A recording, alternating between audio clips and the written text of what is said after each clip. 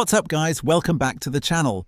Today we're working on my Mercedes-Benz CLK W208 and I'll show you how to remove the windshield wiper motor.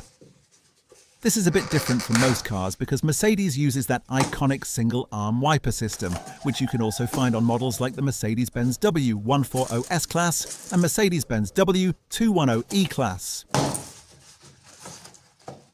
If you're having issues with your wiper motor or just doing a restoration like me, this video will help you step by step. Let's get into it.